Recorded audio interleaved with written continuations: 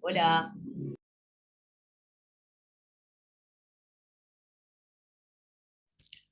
Buenas, ¿cómo andan?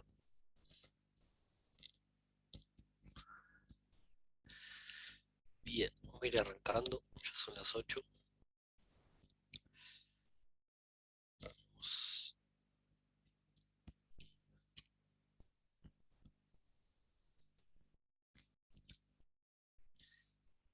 Bien, examen del año pasado, primer parcial del año pasado. Primera pregunta que trata de flujo masal. Pregunta de práctico, ¿sí? Donde dice, si el volumen transpirado de agua por un cultivo es de 300 litros para producir 1 kilogramo de materia seca y la concentración de calcio en el agua es de 113 miligramos por kilogramo, la cantidad de este nutriente absorbida por flujo masal es, y les dice ahí, indique la opción correcta. ¿Cómo era la cuenta de flujo masal? La formulita. ¿Se los acuerdan? litros por la concentración del nutriente. Exactamente. Entonces, en este caso, ¿cómo quedaría?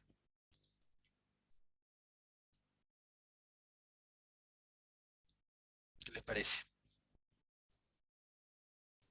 Flujo masal. Sí, le puedo cambiar de color. Flujo masal es igual a ¿qué? Al volumen de agua, Bien, 300 por... la concentración. Bien, estos 300 que son litros por kilogramo producido, ¿no? Por la concentración que son 113 miligramos por kilogramo de materia seca producida. ¿Sí? Kilogramos con kilogramos se me van, ¿sí? Y me va a dar 113, no, perdón, me va a dar la cuenta ahí, no sé cuánto les da eso, pero no tengo hecho. Ya, 33.900. 33.900, en este caso van a ser miligramos, ¿sí? Miligramos. Vamos a borrar para no. Hay una. ¿Cuál sería la correcta entonces? 33,9 gramos. Exactamente, lo que tienen que hacer ahí es una transformación, ¿no? 1 miligramo son ¿cuántos gramos?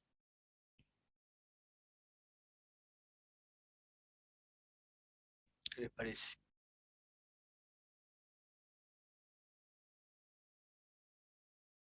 0,001. 0,001. Y yo tengo 33.900, ¿sí? Eso sería AX. Entonces, si multiplico 33.900 por 0,001, ¿cuánto me da? Acá arriba es un gramo, ¿no? Me da ese 33,9, eh, que serían gramos, que sería la opción A, ¿correcto? ¿Me siguieron hasta ahí? Sí, Joel, pero yo, perdón, entré tarde. Sí, No entiendo por qué esa fórmula, por qué es así. la fórmula de flujo masal Sí, es básicamente tenés que ir a lo teórico del flujo masal que dice que el agua se mueve, perdón, los nutrientes se mueven con el agua, ¿sí?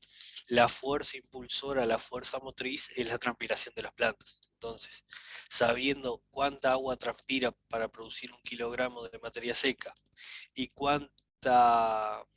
cuántos miligramos, ¿sí?, hay en esa agua, lo que vas a tener es la cantidad de nutrientes que fueron absorbidos por flujo masal. ¿Se entiende? sí, perfecto. Bien. Si entendieron esa, pasamos a la siguiente pregunta. Dice, en cuanto a los nutrientes esenciales, indique la opción correcta. Mientras para algunas plantas el sílice es considerado un nutriente esencial, algunos elementos se consideran beneficiosos para el crecimiento de la mayoría de las plantas, como el sodio, vanadio, aluminio, y ahí tienen el plomo, argón y bromo. ¿Qué les parece? Falso. Falso, ¿no? Lo que es plomo, lo que es argón, lo que Eso es todo tóxico, ¿no? son son indeseables.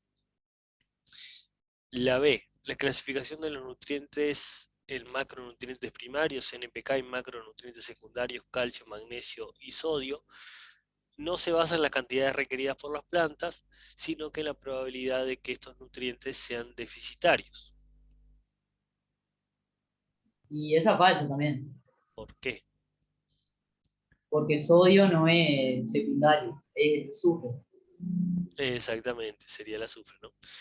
La C, un nutriente esencial un nutriente es esencial cuando sin el mismo la planta no puede completar su ciclo de vida, aunque su deficiencia puede ser totalmente corregida si se le agrega otro nutriente. Falso. Falso, ¿no? No puede ser totalmente sustituida por otro nutriente, un nutriente esencial, ¿no? Y la Profe, D, si en este caso dijera parcialmente, parcialmente sí. está bueno.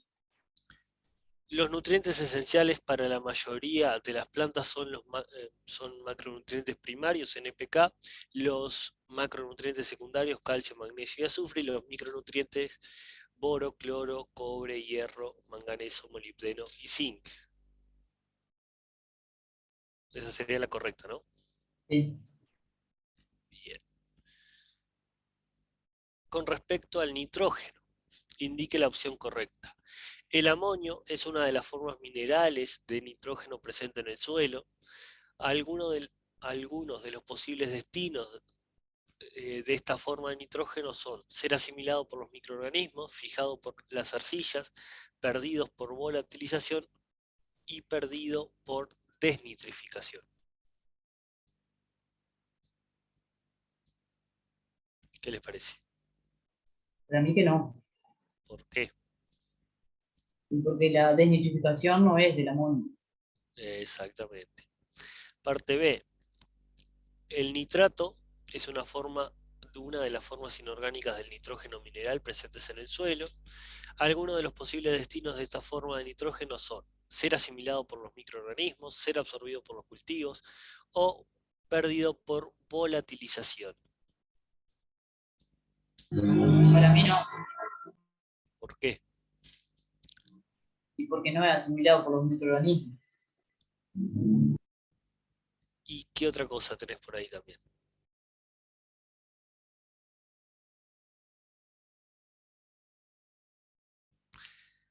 A ver, el nitrógeno como NO3, en caso de una inmovilización, los microorganismos sí lo pueden obtener. No es que solo amonio van a obtener. Eso hay que tenerlo claro también. ¿Sí? La forma del nitrógeno podría ser el nitrato que los microorganismos lo agarren. ¿Sí?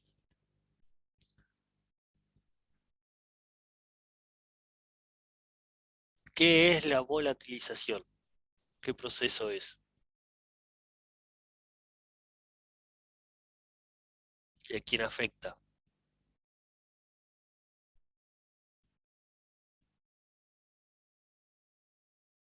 ¿Qué tipo de proceso es? ¿Ganancia o pérdida? Pérdida. Pérdida. ¿Y qué forma del nitrógeno se pierde? Y puede ser nitrógeno elemental o oxigentoso. Bien, esa es la forma de salida, pero la forma anterior, digamos, Nitrito. ¿no? Vola- NH4 a NH3 ¿no es? Exactamente. ¿Sí? Estamos hablando de una forma de qué? Del amonio, no del nitrato, por eso es incorrecta. La parte C. El nitrato es una de las formas minerales de nitrógeno presentes en el suelo. Algunos de los destinos de esta forma de nitrógeno son asimilado por los cultivos, perdidos por lixiviación y perdidos por desnitrificación.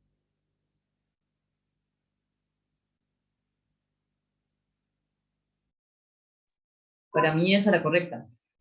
Exactamente, ¿no? Vamos a leer la D para que vean cuál es la parte falsa. El amonio es una de las formas inorgánicas del nitrógeno presentes en el suelo. Algunos de los posibles destinos de esta forma de nitrógeno son ser inmovilizados por microorganismos, oxidados por bacterias, perdidos por lixiviación y perdidos por desnitrificación. ¿Sí? Y ahí es falta porque no se pierde por lixiviación y tampoco por denitrificación. Exactamente. Entonces la correcta sería la C. La A, ¿cómo lo justificaste? La A, estamos hablando del amonio, algunos posibles destinos. A ver, un segundo. Que no se pierde por desnitrificación el amonio, igual que en la última. ¿Quedó por ahí? Sí, perfecto. Bien. Seguimos con el siguiente, de fósforo. A partir del siguiente gráfico, calcule y elija el valor de equivalente fertilizante promedio para todo el rango de fósforo estudiado. ¿Qué les parece?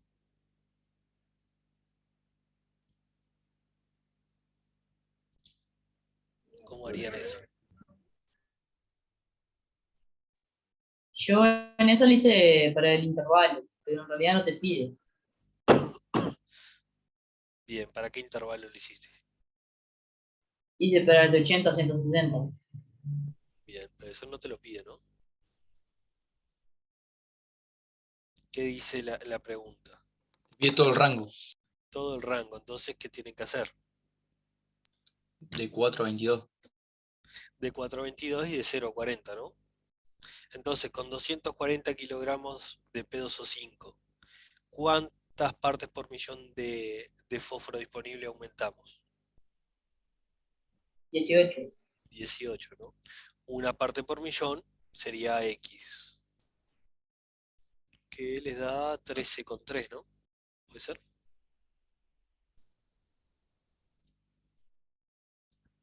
¿Lo entienden a esto cómo se hace? No, dale vuelta. Dale, vamos de vuelta. En este caso me pide el equivalente fertilizante promedio para todo el rango de fósforo estudiado, es decir, de 0 a 240, ¿sí? De agregado de fósforo.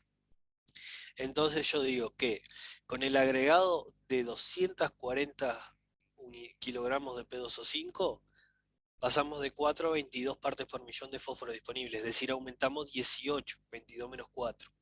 Francisco, ¿me seguís hasta ahí? Sí, sí, sí. Entonces yo puedo decir, puedo hacer una regla de 3 y decir que con 240, 240 kilogramos de P2O5, yo aumento 18 partes por millón. El equivalente fertilizante que es kilogramos de P2O5 para aumentar una parte por millón. Entonces yo digo, una ppm, ¿cuántos kilogramos voy a necesitar? Y ahí me da, a mí me dio 13,3 kilogramos de P2O5. ¿Sí? Perfecto. Importante en esto, saber entender la letra. En algunos casos me va a pedir en todo el rango como este acá, o en algunos casos me va a decir para un nivel de fósforo X, ¿sí? Entonces, por ejemplo, si me dijera para 8 partes por millón, yo voy a tener que estudiar en el rango de 7 a 12, ¿sí? El equivalente fertilizante de 7 a 12 va a ser diferente al de 12 a 22 y también diferente del de 4 a 7. ¿No? Y una pregunta ya más teórica, ¿cómo va cambiando el equivalente fertilizante? ¿Va aumentando o va disminuyendo? Joel, una pregunta. Sí, decime. Yo me perdí ahí. ¿De dónde sacaste el 18 parte por millón? 22 menos 4. Ah, ok, perfecto. Gracias. De nada. El equivalente fertilizante va disminuyendo a medida que hay más fósforo en el suelo. ¿Por qué? Porque la retención de fósforo por la parte sólida del suelo, ¿sí?, va quedando obsoleta, digamos, ya retuvo todo el fósforo que necesitaba o que podía, entonces va a ser más fácil levantar la restricción de fósforo en esos casos, ¿no? Entonces en este caso tenemos 13 partes por millón, de 13 kilogramos de P2O5 para aumentar una parte por millón, ¿no? Bien, seguimos. También de fósforo. Los fertilizantes fosfatados insolubles, fosforitas de uso directo, son eficientes si son utilizados en, y ahí les da 4 opciones. ¿Cuál sería la correcta?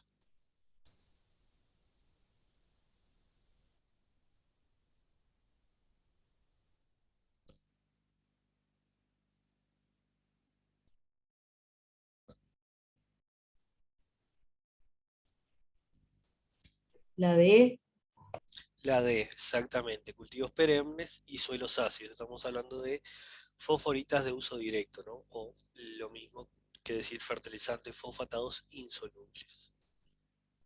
Bien, sigamos.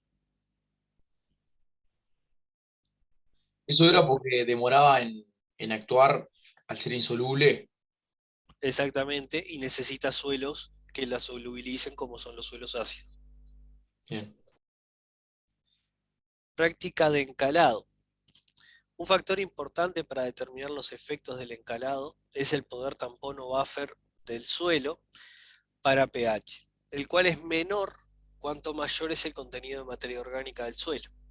¿Qué les parece? ¿Está correcto o incorrecto?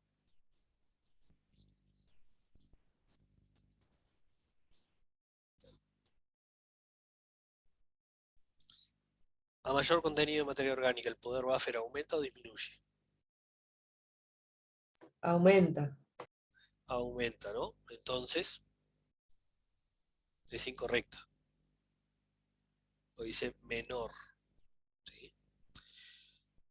La B, la reacción de la caliza con el suelo es de neutralización, pero además puede contribuir a aumentar la disponibilidad de fósforo, liberando fósforo absorbido en compuestos de aluminio de carga positiva. ¿Qué les parece?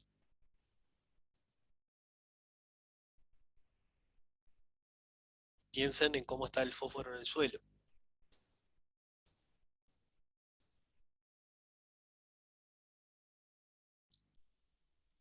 ¿Puede ser que esté bien? Exactamente, está bien, ¿no? Los polímeros de aluminio, ¿sí?, con cargas positivas, recuerden, los polímeros de aluminio tienen esa capacidad de tener carga positiva o carga negativa, para retener aniones o cationes, pueden retener fósforo, que es un anión, ¿sí? Básicamente cuando se da el encalado de suelos, ese aluminio forma una especie de hidróxidos, ¿sí?, que precipitan y antes de precipitar liberan el fósforo que estaba retenido o absorbido, como dice por ahí. Después la C les dice: la caliza es el material de encalado más comúnmente utilizado, siendo importante que tenga alta solubilidad en agua y esté finamente molido. La solubilidad no la tomen en cuenta, ¿sí?, no es un factor a tener en cuenta para las calizas, sí que esté finamente molido, por ejemplo, ¿ah? Y la D dice: una ventaja de utilizar carbonato de calcio, caliza, ¿sí?, como material de encalado es que además de fertilizar con calcio, que es un nutriente frecuentemente deficiente en los suelos. Además fertiliza con calcio, perdón. ¿El calcio es deficiente en los suelos del Uruguay? No, no. No. Ocupa del 70-80% de las bases totales, ¿no? Sí, ahí. Esto ya lo vi. No. También de la práctica de encalado. Para planificar el encalado de un suelo ácido, debe tenerse en cuenta que la dosis de caliza deberá ser mayor cuanto menor sea el contenido de arcilla del suelo. ¿Qué les parece?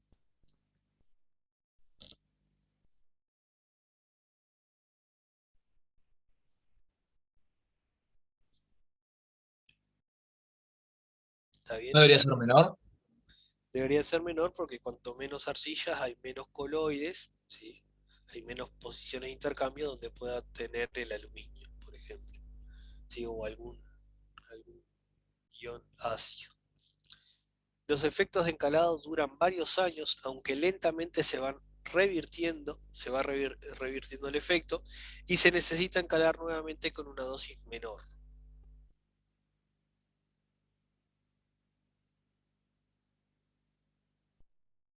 Verdadero.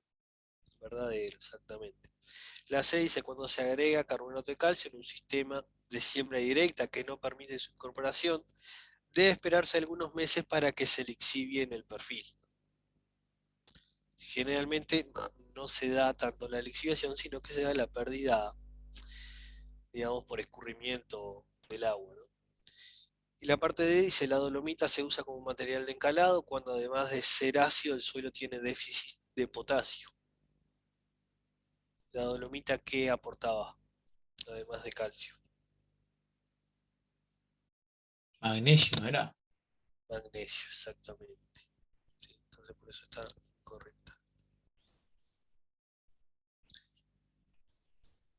A ver, en cuanto a los efectos de la acidez sobre el crecimiento vegetal, algunas especies vegetales pueden crecer en suelos ácidos, ¿sí? Por su asociación con micorrizas, las cuales colaboran con la absorción de nutrientes por parte de las plantas. ¿Está bien o está mal eso?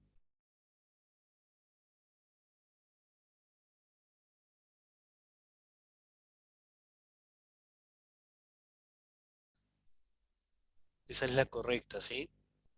Vamos a ver por qué las otras son incorrectas. El síntoma más importante de la toxicidad causada por aluminio intercambiable es la clorosis de las hojas basales de las plantas. Eso es incorrecto porque la principal toxicidad, ¿sí? El síntoma de toxicidad causado por aluminio es el pobre o nulo crecimiento de las raíces, ¿sí? O también un engrosamiento de las raíces, lo que no permite la absorción de nutrientes y agua. La parte C dice en general las leguminosas presentan menor susceptibilidad a la acidez del suelo que las gramíneas debido a las características de su sistema radicular. Y eso es falso, ¿no? Las gramíneas son las que presentan, las leguminosas, perdón, son las que presentan más susceptibilidad. Y la D dice los hidróxidos de aluminio son muy solubles y por lo tanto su presencia afecta negativamente el crecimiento radicular. En realidad esos hidróxidos de aluminio son los que se forman luego del encalado, que son muy poco solubles y son los que precipitan. Con respecto a sodio, presente en los suelos conocidos como blanqueales y puede ser fácilmente lixiviado. ¿Qué les parece?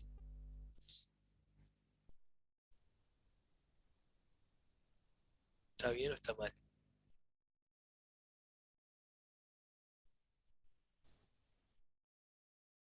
Está mal. ¿Por qué? Porque no se lixivia. La lixiviación no es tan fácil, sobre todo porque en suelos donde hay exceso de sodio, la infiltración de agua no se da muy fácilmente, ¿sí? Porque hay una pobre agregación del suelo, la cantidad de poros es bajísima, entonces la lixiviación no es uno de los procesos importantes, ¿sí? La parte B dice provoca un efecto osmótico que favorece la absorción de agua en las plantas.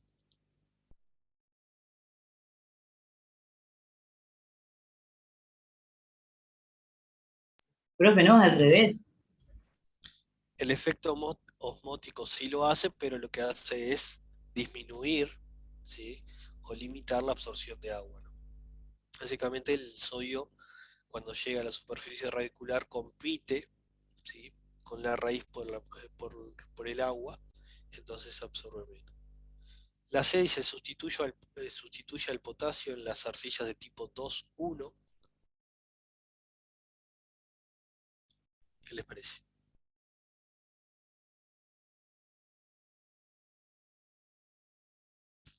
Las intercapas de la Y no, arcillita, no es exactamente, no entra pero sodio. dice por qué. Porque la intercapa de las sillitas no tiene el tamaño adecuado para meter sodio adentro, solo está pensado, ¿sí? O es favorecido para el potasio. No se da esa sustitución de potasio en las arcillas 2,1. Y la D, que es la correcta, dice: a pesar de ser un nutriente no esencial, puede sustituir parcialmente al potasio en la planta, ¿sí? Sobre todo en la función de apertura y cierre estomático.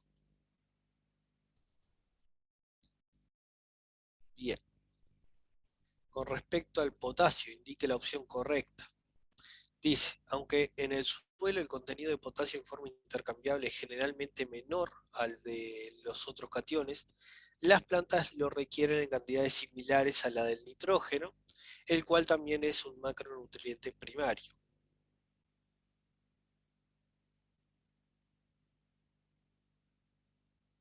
¿Qué les parece?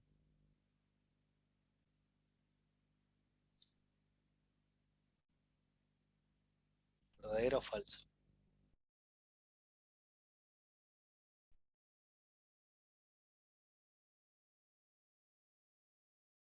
Esa es la Para mí la correcta. verdadera. Es la correcta, exactamente. Vamos a ver las otras. El valor de potasio intercambiable no es un buen indicador de suficiencia de potasio para las plantas, ya que las cantidades intercambiables no reflejan lo que realmente hay disponible para las plantas. Eso es incorrecto, ¿sí? El potasio intercambiable es el que... Yo hay una pregunta, disculpa. Sí, Se me trancó la computadora y no pude escuchar la anterior. ¿Cuál era la respuesta? voy. En esta acá, la D es la correcta. Ah, perfecto, gracias. De nada. En esta acá, la primera es la correcta. Decíamos que el potasio intercambiable sí es el indicador que se utiliza para decir o indicar que hay o no suficiencia de ese nutriente en el suelo. La parte C dice: para que el potasio proveniente de restos frescos esté disponible para los cultivos, primero es necesario que se mineralice. ¿Por qué está mal eso?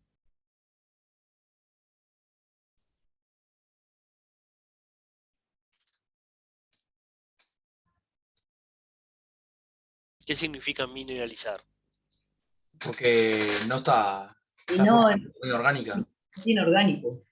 Exactamente, el potasio no forma compuestos orgánicos en planta, ¿no? Y en el suelo tampoco. Bien, la parte D dice: mientras que la dinámica del potasio es fundamentalmente orgánica, la del nitrógeno es inorgánico y tiene gran impacto ambiental. Ahí está bastante clara que es falso, ¿no? Sería: la del potasio es inorgánica y la del nitrógeno es orgánica y tiene un gran impacto ambiental, ¿sí?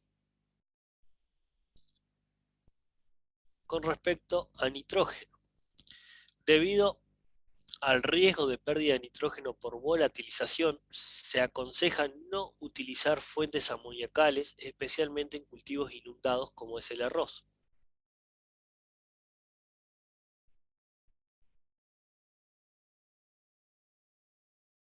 Esa es falsa. Bien, ¿por qué? Y porque se deben usar amoníacales y no nítricos. Exactamente, ¿sí? En la pérdida por volatilización es por parte de fertilizantes amoniacales, ¿sí? Pero se da en condiciones de alta evapotranspiración potencial, condiciones de pH cercano a lo alcalino, ¿sí? Aplicaciones en superficie, ¿sí? En cobertura. Y en el caso del arroz que está inundado, si aplicáramos una fuente nítrica, ¿qué pasaría? ¿Cuál sería el proceso de pérdida ahí?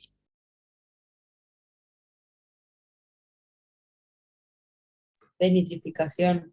Desnitrificación, exactamente. Y la parte B dice: cuando se aplica urea como fertilizante, generalmente el riesgo de pérdida de nitrógeno por volatilización es mayor que cuando se aplica sulfato de amonio, debido a que durante su hidrólisis se eleva el pH del suelo.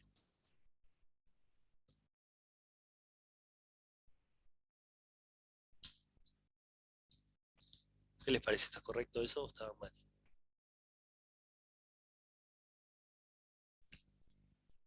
Yo no sé, no entendí bien cuándo será volatilización. Bien. La volatilización es un proceso, básicamente, de pérdida, es un proceso químico de pérdida de NH3, el NH4 pasa a NH3, que es un gas, y eso pasa en situaciones donde tenemos altas concentraciones de fertilizantes en superficie, y por diferencia de presiones parciales en lo que es la superficie versus la solución del suelo, tiende a pasar el amonio que haya en la solución, pasa a la atmósfera, digamos, y también lo hace el nitrógeno que fue aplicado. Para que eso pase necesitamos que sea un medio casi alcalino o alcalino, una evapotranspiración potencial elevada, ¿sí? Que haya agua o humedad en el suelo, ¿sí? Todo eso va a favorecer el proceso de volatilización. Y en este caso es correcta, debido a que cuando se aplica, ¿sí? Urea, el proceso de hidrólisis de la urea genera un medio alcalino, lo que favorece la volatilización, ¿sí? La C es incorrecta y dice, las pérdidas de nitrógeno por volatilización de amonio ocurren mediante un proceso biológico. Eso está mal, es un proceso químico, ¿sí? Por lo tanto está influenciado por condiciones climáticas. Bueno, el resto es todo falso también. Debido al riesgo de pérdida de nitrógeno por volatilización, se aconseja no utilizar fertilizantes nítricos, especialmente en cultivos inundados como el arroz, que lo que veo que es la misma que la de arriba. No, ¿Y perdón, por qué no en esta dice en el nítrico. arroz? Sí, ¿Por qué en el arroz no ocurre la volatilización? en el arroz no ocurre porque no se hacen, digamos, la urea o lo que se aplique no queda directamente sobre la superficie del suelo porque hay agua, ya se disuelve rápidamente. Ah, claro, bien.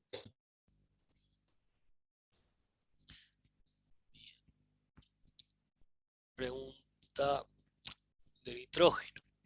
Si en los primeros 20 centímetros de profundidad la densidad aparente de un suelo es de 1,25 gramos por centímetro cúbico y tiene 3,5% de materia orgánica, la cantidad de nitrógeno liberado por mes por mineralización de esa materia orgánica durante los meses de invierno será aproximadamente, y ahí les dice, varias opciones.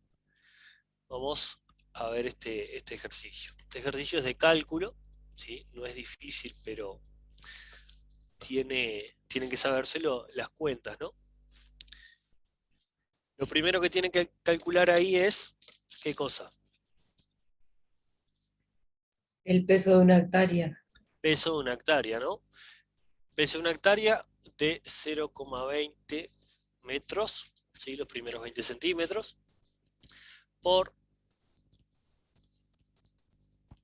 10.000 metros cuadrados por 1,25 megagramos por metro cúbico, gramos por centímetro cúbico, que va a ser la densidad aparente, ¿no? Y esto le da 2 millones, yo les decía que generalmente utilizan estos datos siempre. Profe, no es por 1250. Sí, en realidad sí, así no hacemos el pasaje después, tenés razón. Que en realidad son formas de la unidad. 2.500.000 kilos, ¿sí? Entonces, esos 2.500.000 kilos son el peso de ¿qué? Peso de una hectárea en sus primeros 20 centímetros. ¿Ah? Ahora, 2.500.000 kilos, ¿sí? Es el 100%. De ese 100% nos dice que 3,5% es materia orgánica. ¿A cuánto equivale eso?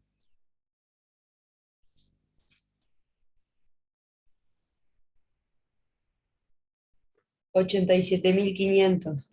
87.500 kilogramos. ¿Cómo seguimos?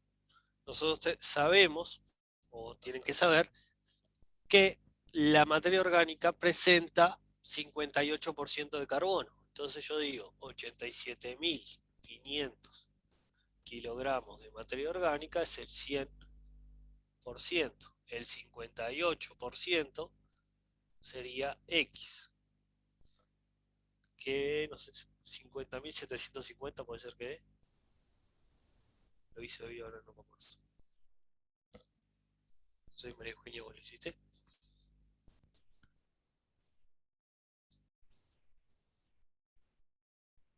¿Les da eso?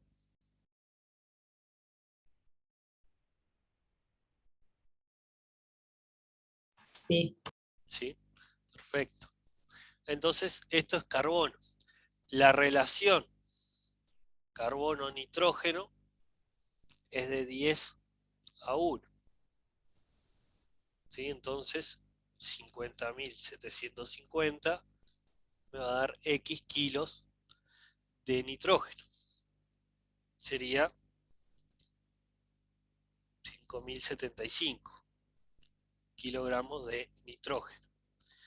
Ahora, en meses de invierno, ¿cuánto es la mineralización anual?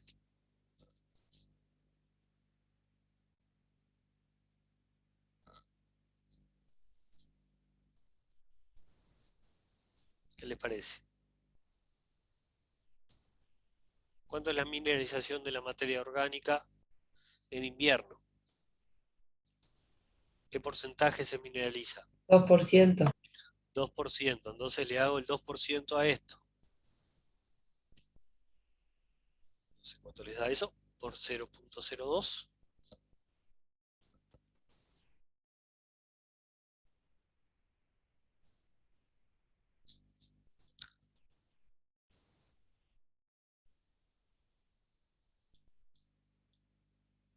$101,5.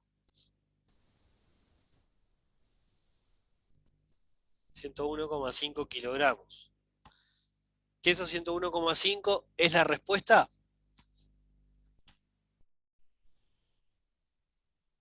¿Qué les parece? Y Esto es no puse anual. exactamente. ¿Cómo me la pide?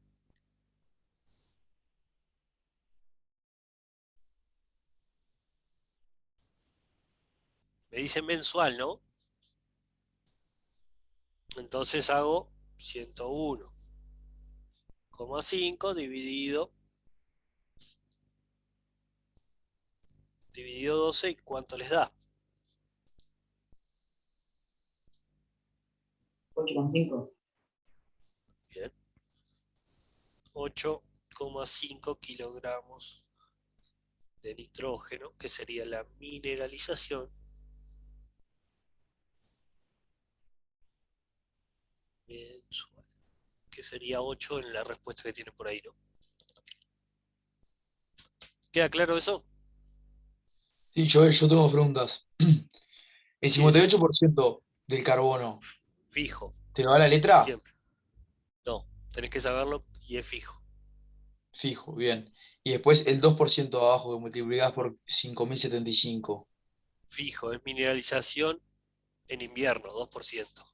Ah, hicimos en invierno, estaba por eso. Te iba a preguntar si era 3%. Claro, claro. Ahí viste que la letra te da la pauta que es en invierno, ¿no? Si fuera en verano, es el doble, sería 4. Perfecto. ¿No? Bien, seguimos.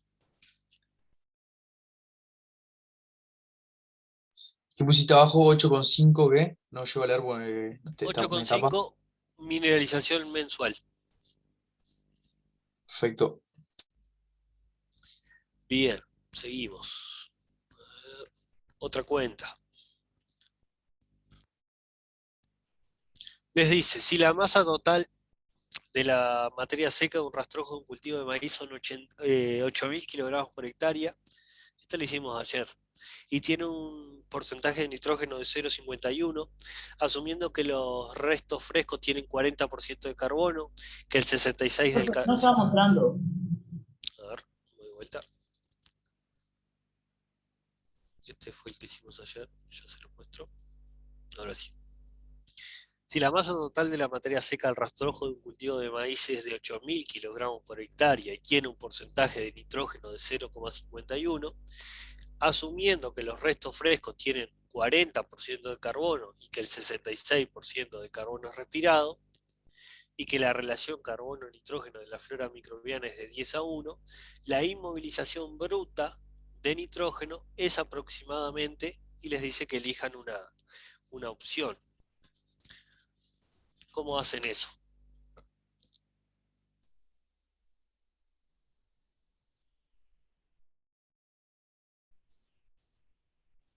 Les está pidiendo mineralización bruta. Y primero tenés que hallar el cuánto es el 40% del rastrojo. Perfecto. Un segundo, Después sacarle el 66% de lo que es respirado. Ujú. Y con eso, y calcular también cuánto nitrógeno obtenés del rastrojo. Y hacer una regla de 3, 10:1. Va por Y ahí, pero hay que tener un cuidado en algo. Yo tengo un maíz que me da 8.000 kilogramos de rastrojo, ¿no? Donde tengo carbono y nitrógeno. Nitrógeno 0,51% y carbono 40%. ¿Sí? 8.000 por 0,40 es la primera cuenta. ¿Cuánto les da eso?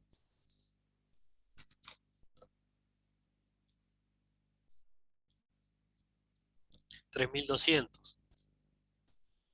De esos 3.200, el 66% se pierde como CO2, respirado por los microorganismos, que es lo mismo que ustedes ven en teórico como que 2/3 se pierde, ¿sí? 1/3 o 33%, ¿sí? 33-34% ingresa, que se llama carbono asimilado, ¿sí? ¿Cuánto es el 33% de 3.200? 1056. 1.056, estoy hablando acá en kilos, ¿no? 3.200 por 0,33 me da, dijeron, 1.056 kilogramos, ¿sí? Eso es el carbono asimilado, ¿sí? O carbono que se inmoviliza, también se podría decir. Bien, yo sé que la relación carbono-nitrógeno de los microorganismos es de 10 carbonos cada un nitrógeno. Yo tengo de carbono 1.056 kilogramos. Voy a necesitar X kilogramos de nitrógeno para asimilar todo ese carbono. ¿Cuánto me va a dar eso? 105,6.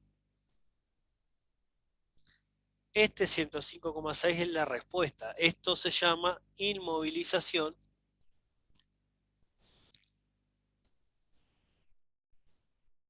bruta. ¿Ah? Si me pidieran inmovilización neta, yo tengo que restarle, ¿sí? O sumarles, vamos a ver si da inmovilizaciones, ahora lo vemos. Tengo que tomar en cuenta el nitrógeno que hay por acá. 8.000 kilogramos sería el 100%, el 0,51% sería X, que no me acuerdo cuánto daba, creo que da 46, 40,6, no me acuerdo. 8.000, 0,51, dividido 100, 40,8. 40,8 kilogramos de nitrógeno. ¿Sí? Si me pidieran inmovilización neta, yo voy a tener que hacer 40,8 menos 105,6. Y me da una inmovilización, esto me va a dar negativo 64,8, pero recuerde que son 64,8 kilogramos inmovilizados. ¿Sí? Pero esta es una inmovilización neta. En este caso, esta pregunta me pedía inmovilización bruta, que son 105,6, que ustedes lo ponen en 106 ahí. ¿Sí? Nunca usen valores negativos porque estamos hablando en kilogramos de nitrógeno. ¿Sí? Podrían utilizar valores negativos si la pregunta les dijera cuántos kilogramos o cómo sería el balance de nitrógeno en esa situación. Bueno, estoy 64 kilogramos abajo de lo que voy a necesitar. ¿Ah? ¿Se entendió eso?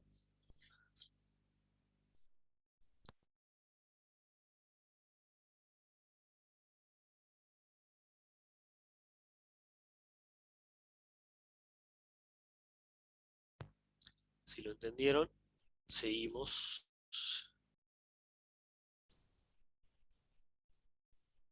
con la pregunta 14. ¿A qué se denomina fósforo lábil inorgánico del suelo? ¿Cuál sería la respuesta correcta que está ahí?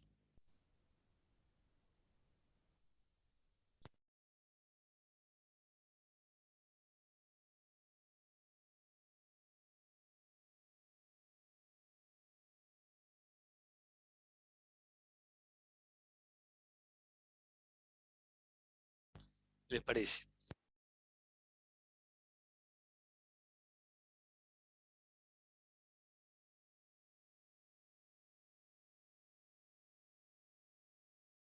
¿Qué se entiende por fósforo lábil?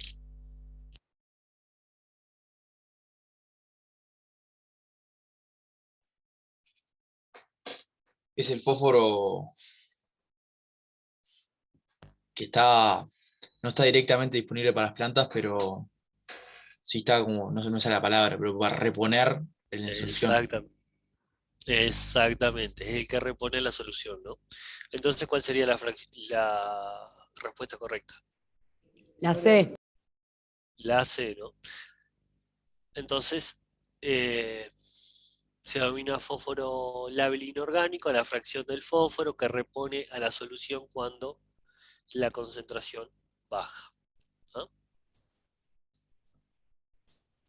Lo mismo si les pedirán fósforo lábil orgánico, ¿no? Va a ser la fracción del fósforo que repone la solución cuando esta concentración va a bajar. Bien. Pregunta 15.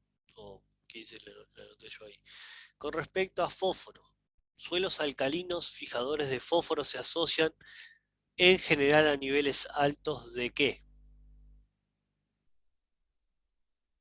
Suelos alcalinos. Alcalinos y fijadores, ¿no?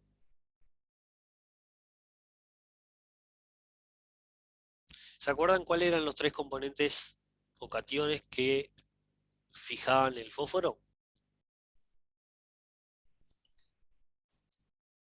El aluminio, Sí, el hierro el hierro y ¿qué más?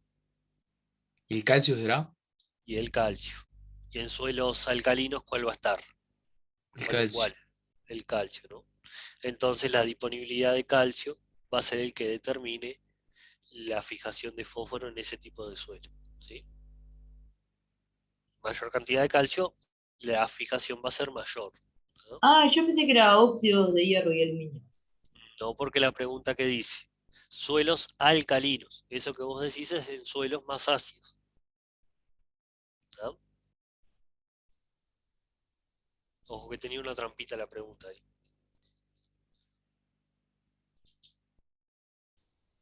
Bien. 16. Las deficiencias de potasio en plantas. Los síntomas de deficiencia se observan en las hojas nuevas, ya que el potasio es móvil dentro de la planta.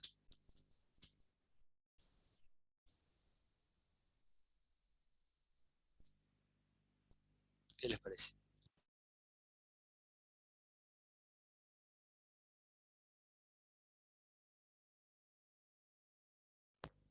¿Es móvil dentro de la planta el potasio?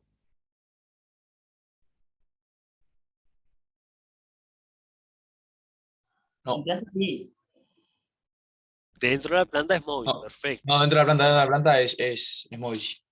Es móvil, ¿no? Pero Bien. la deficiencia se encuentra en hojas viejas. Exactamente, ¿cómo se llamaba el proceso ese que sucedía para que la deficiencia la veamos en hojas viejas? Removilización, ¿se acuerdan? Entonces, por eso no es la A. La parte B dice, los síntomas de deficiencia se observan en las hojas viejas, ya que el potasio es móvil dentro de la planta. Esa sí estaría bien, ¿no? Sí, está sí. Son frecuentes las deficiencias por su escasez en los suelos, eso está mal. Hay suelos del Uruguay que tienen buenos contenidos de potasio, incluso no necesitan fertilizaciones potásicas, y hay suelos, ¿sí?, que sí lo precisan, sobre todo suelos de saltos, de basalto, quise decir, ¿no? La parte D dice, los síntomas de clorosis y necrosis se observan en la nervadura central, que no es una característica de potasio, sino de magnesio. 17. Con respecto al potasio, que es muy parecida al anterior. Al ser un nutriente muy móvil dentro de las plantas, los síntomas de deficiencia se observan primero en tejidos jóvenes. Eso ya habíamos dicho que no, ¿no? La concentración de magnesio en plantas se correlaciona inversamente con el nivel de potasio intercambiable y con la concentración de potasio en planta. Ambos inversamente, ¿no? ¿No sé que sea la correcta? Exactamente, ¿sí? La C dice, el potasio en los tejidos vegetales tiene que ser mineralizado por los microorganismos para hacerse disponible para las plantas. Eso está mal, decíamos, porque eh, no está dentro de tejidos orgánicos lo que es el potasio, ¿no? No forma complejos orgánicos. Y la D dice, el potasio cumple numerosas funciones dentro de la planta y puede ser totalmente sustituido por el sodio, ya que ambos cationes son monovalentes. Eso está mal. 18. Ya vamos terminando. También con respecto al potasio. La competencia por absorción de potasio y magnesio en las plantas ocurre por la existencia de canales selectivos de potasio y no selectivos de otros cationes.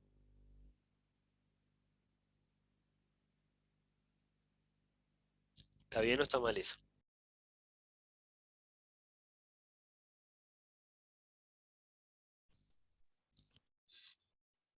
Para, ¿cuál estás diciendo? ¿Cuál leíste? La primera.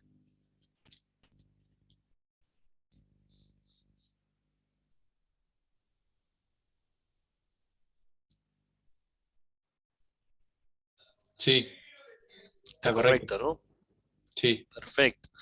La B dice, el potasio está en los tejidos que está en los tejidos vegetales tiene que ser mineralizado por microorganismos para hacerse disponible, eso ya habíamos dicho que no. El potasio cumple numerosas funciones dentro de la planta y puede ser sustituido por el sodio, totalmente por el sodio, ya que ambos son cationes monovalentes, me había repetido la pregunta. Y cuando el potasio en la solución disminuye por efecto de la absorción de las plantas, el potasio que está en la estructura de los minerales primarios repone rápidamente a ese potasio para restablecer el equilibrio. No, eso está mal. El que lo repone es el potasio intercambiable, ¿sí? Y bueno, por ahí quedamos con este parcial. Profe, y El- aparte que no está en estructura de minerales primarios. Puede llegar a estar, sí, el potasio en la estructura de minerales primarios. Eso está bien, pero no es la que lo repone, ¿no? Pero no Entonces, era que en la estructura de minerales primarios casi siempre estaba disponible, porque no lo lograban retener mucho. no, no, no. Cuando hablo ojo, que estamos hablando de estructura de minerales primarios, estructura de rocas, ¿sí? Está como forma parte de los minerales primarios. Los minerales primarios primero, para estar disponibles, tienen que ser mineralizados, meteorizados, no mineralizados. El proceso de meteorización dura millones de años, o sea, no es que se dé de un momento para el otro. ¿Está? ¿Entendiste ahí, Martina? Sí, sí, buenas. Bien. Bueno, esto es lo que tenía para ahora. Mañana no vamos a tener clase, pero durante toda la mañana hasta antes del parcial me pueden escribir y les contesto las dudas que tengan. ¿Tá? Si tienen alguna otra, en el Drive ahí tienen más preguntas si quieren ir fichando. Me pueden pasar las preguntas que quieran que les voy a responder a la brevedad. ¿Tá? ¿Creo que usted va a ¿Más? pasar más preguntas? No. ¿Viste en la casilla de Drive, en una de las carpetas? Ahí hay cantidad de preguntas. Ah, tal, no lo había visto. ¿No? Gracias. De nada. Bueno, éxitos y para el que quiera nos vemos para el segundo parcial. Que pasen bien. Bueno, Joel, muchas gracias.